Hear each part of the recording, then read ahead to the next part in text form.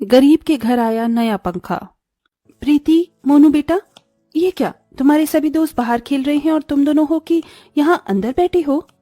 नहीं माँ, हम लोग बाहर नहीं जाएंगे, बाहर बहुत ज्यादा गर्मी है। हमारे सभी दोस्त गर्मी में खेलने के बाद अपने घर चले जाते हैं। उनके घरों में एसी, कूलर, पंखा सब कुछ।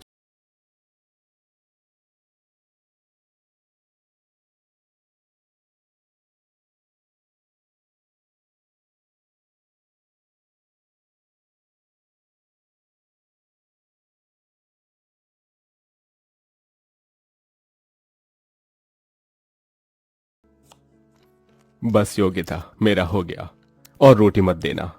हाँ बहू, मेरा भी हो गया, मुझे भी और रोटी नहीं चाहिए। ये क्या, आज आप दोनों का पेट सिर्फ एक रोटी में भर गया? योगिता, पूरा दिन धूप में घूम घूम कर पसीने और गर्मी में हालत खराब हो जाती है।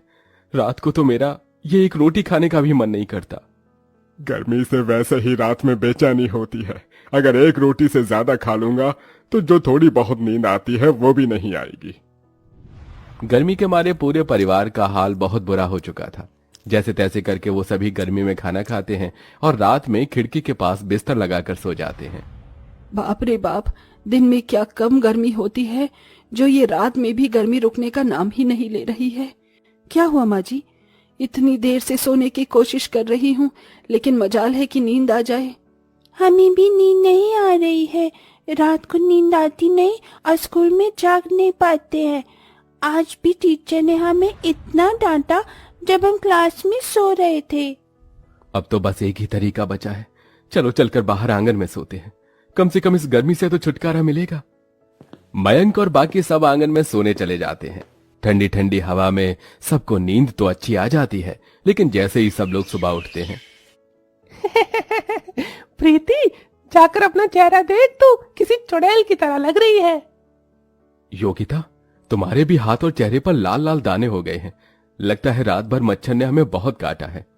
मच्छर काटेंगे क्यों नहीं, हम आंगन में जो सो रहे थे। अगर हमारे घर में एक ढंग का पंखा होता तो हमें ऐसे रात भर आंगन में नहीं सोना पड़ता। मच्छरों की वजह से अब सभी को फिर से हर रात घर के अंदर ही गर्मी और पसीने से जूझ कर सोना पड़ता है। आरव, तेरे घर में तो बहुत ठंडी ठंडी हवा आ रही है। वो तो आएगी ही ना, मेरे घर में दो दो एसी जो हैं, और पता है ये वाला पंखा पापा परसों ही लेकर आए हैं। इसके अंदर तो लाइट भी जलती है। क्या सच में? काश हमारे घर में भी ऐसा ही पंखा होता। आरव, तुझे मैंने कितनी बार कहा है कि इन दोनों को घर पर लाने की जरूरत नहीं है, तो फिर तू क्यों लाता है इन्हें बार बार? हाँ, ये मेरे दोस्त हैं। ये तेरे कोई दोस्त नहीं है, समझा? ये तो बस इस घर में लगे एसी, कूलर और पंखे की ठंडी ठंडी हवा खाने के लिए आते हैं, क्योंकि इनके घर पर ये सब कुछ नहीं है। और जिसे तुम दोनों घर कहते हो ना, वो घर नहीं बल्कि ईंट की भट्टी है, समझे? संगीता की डांट सुन दोनों बच्चे रोते हुए अपने घर आ जाते हैं। क्या हुआ प्रीति, मोनू, तुम दोनों रो क्यों रहे हो? किसी ने कुछ कहा क्या? पिछले साल की गर्मी में आपने हमसे वादा किया था कि आप हमारे लिए एक नया पंखा लेकर आएंगे, लेकिन आप नहीं लेकर आए। पिछले साल तो हमने जैसे तैसे करके गर्मी में गुजारा कर लिया, लेकिन इस साल क्या करेंगे? सही कहा है संगीता आंटी ने, हमारा घर घर नहीं बल्कि ईंट की भट्टी का है। अपने बच्चों की बातें सुन और उन्हें ऐसा रोता देख योगिता को बहुत ज्यादा तकलीफ होती है, जिसके चलते योगिता अब मयंक से बात करती है। बच्चों की ऐसी हालत मुझसे देखी नहीं जा रही है। माँ की और पिताजी की गर्मी से बेहद परेशान हो रहे हैं। कहीं से एक पंखे का इंतजाम कर दीजिए। योगिता, मैं इसी कोशिश में लगा हुआ हूँ, लेकिन तुम तो जानती हो कि मेरा काम कैसा है। दिन भर धूप में फल बेचकर मैं ज्यादा कमाई नहीं कर पाता हूँ, और पंखे की कीमत के बारे में तो तुम जानती ही हो। मयंक की बात सुन योगिता काफी उदास हो जाती है, और ऐसे ही कुछ दिन गुजर जाते हैं। अरे मीनाक्षी, तुम कैसी हो? इतने वक्त बाद तुमसे मिलना हो रहा है। मैं तो अच्छी हूँ, तुम कैसी हो? और तुम यहाँ क्या कर रही हो?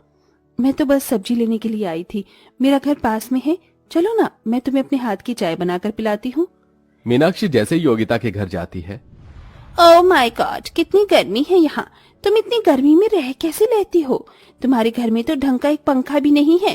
कितनी गरीब हो तुम योगिता। ये लो, ये मेरे घर का पता है। अगर तुम्हें कभी भी पैसों की जरूरत हो तो मेरे घर आ जाना।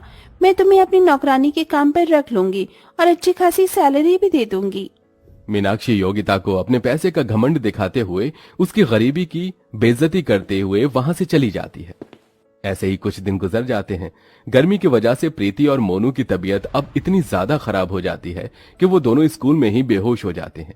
योगिता मयंक को जैसे ही बात पता चलती है तो वो भागे भागे उनके स्कूल जाते हैं। गर्मी की वजह से आपके दोनों बच्चों की तबीयत बहुत ज्यादा खराब है और आज तो वो दोनों बेहोश भी हो गए हैं। देखिए, आपको उनका खास ध्यान रखना पड़ेगा, वरना कल को उनकी तबीयत और बिगड़ सकती है। टीचर की बात सुन दोनों काफी ज्यादा डर जाते हैं। सुनिए, अब बहुत हो गया। मैं अब ये चीज और नहीं बर्दाश्त कर सकती। मैं कल से ही मीनाक्षी के घर जाऊंगी और नौकरानी का काम करूंगी। हम दोनों मिलकर पैसे कमाएंगे और पैसों को जोड़कर एक नया पंखा लेकर आएंगे। अब मैं और मेहनत करूंगा और हम दोनों पैसे जोड़कर पंखा लेकर आएंगे। मयंक अब दिन में 4-5 जगह पर जाकर कड़ी धूप में फल बेचना शुरू कर देता है। वहीं बेचारी योगिता अपनी ही सहेली के घर में नौकरानी बनकर काम करती है। अरे जरा ढंग से पोछा लगाओ, हाथों में क्या जान नहीं है तुम्हारी? हैरान रह गई ना मेरे इतने बड़े घर को देखकर। मेरे घर के हर एक कमरे में एसी, फैन सब कुछ है। तुम्हारे घर से बड़ा तो मेरा बाथरूम है। बेचारी गरीब कहेंगी, तुम्हारी तो हैसियत एक ढंग का पंखा खरीदने की भी नहीं है। मीनाक्षी के ताने सुनकर योगिता को गुस्सा तो बहुत आता था, लेकिन अपने परिवार की सूरत और हालत देख बेचारी योगिता कुछ नहीं कहती और मिलने वाले पैसों को जमा करती है। वहीं मयंक भी अब पैसों को जमा करने लग गया था और आखिरकार इतनी कड़ी मेहनत के बाद दोनों पति पत्नी एक नए पंखे के लिए पैसे जमा कर ही लेते हैं। मयंक उन पैसों को लेकर पंखा खरीदने के लिए शॉप पर जा रहा होता है कि तभी वो रास्ते में देखता है कि एक बाइक वाला छोटे से बच्चे को मारकर चला गया है और वो बच्चा खून में लथपथ होकर सड़क पर बैठा है। हे भगवान, इस बच्चे की हालत तो बहुत खराब है, इसे जल्दी से अस्पताल लेकर जाना होगा। मयंक उस बच्चे को नजदीकी अस्पताल में लेकर जाता है जहां वो उसका ट्रीटमेंट करवाता है और कड़ी मेहनत से पंखे के लिए जोड़े गए पैसों को बच्चे के ट्रीटमेंट में लगा देता है और खाली हाथ वापस घर आ जाता है। पापा, आप पंखा ले आए? कहाँ है हमारा पंखा? मुझे माफ कर देना, मैं पंखा नहीं ला पाया। मयंक रोते हुए अपने पूरे परिवार को सब कुछ बताता है, जिसे सुन इसमें रोने वाली कौन सी बात है? हमारी गर्मी उस बच्चे की जान से बढ़कर थोड़ी ना थी। पंखा तो हम बाद में भी ला सकते हैं। उस बच्चे की जान बच गई, यही हमारे लिए काफी है। पूरा परिवार फिर से गर्मी में जीना शुरू कर देता है। वहीं दूसरी तरफ, अरे जिसने मेरे बेटे की जान बचाई, क्या आप जानते हैं वो कहाँ रहता है? उसे बच्चों के पिता राजीव हॉस्पिटल के लोगों से मयंक का पता निकलवाते हैं और मयंक को धन्यवाद करने के लिए उसके घर पहुंचते हैं। राजीव जैसे ही मयंक के घर के बाहर पहुंचता है तो देखता है कि उसका पूरा परिवार गर्मी में किस तरह से जूझ रहा है।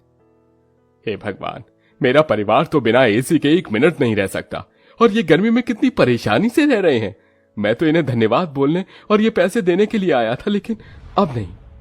राजीव जल्दी से इलेक्ट्रॉनिक शॉप पर जाता है और एक नया और महंगा पंखा खरीदकर सीधा मयंक के घर पहुंचता है।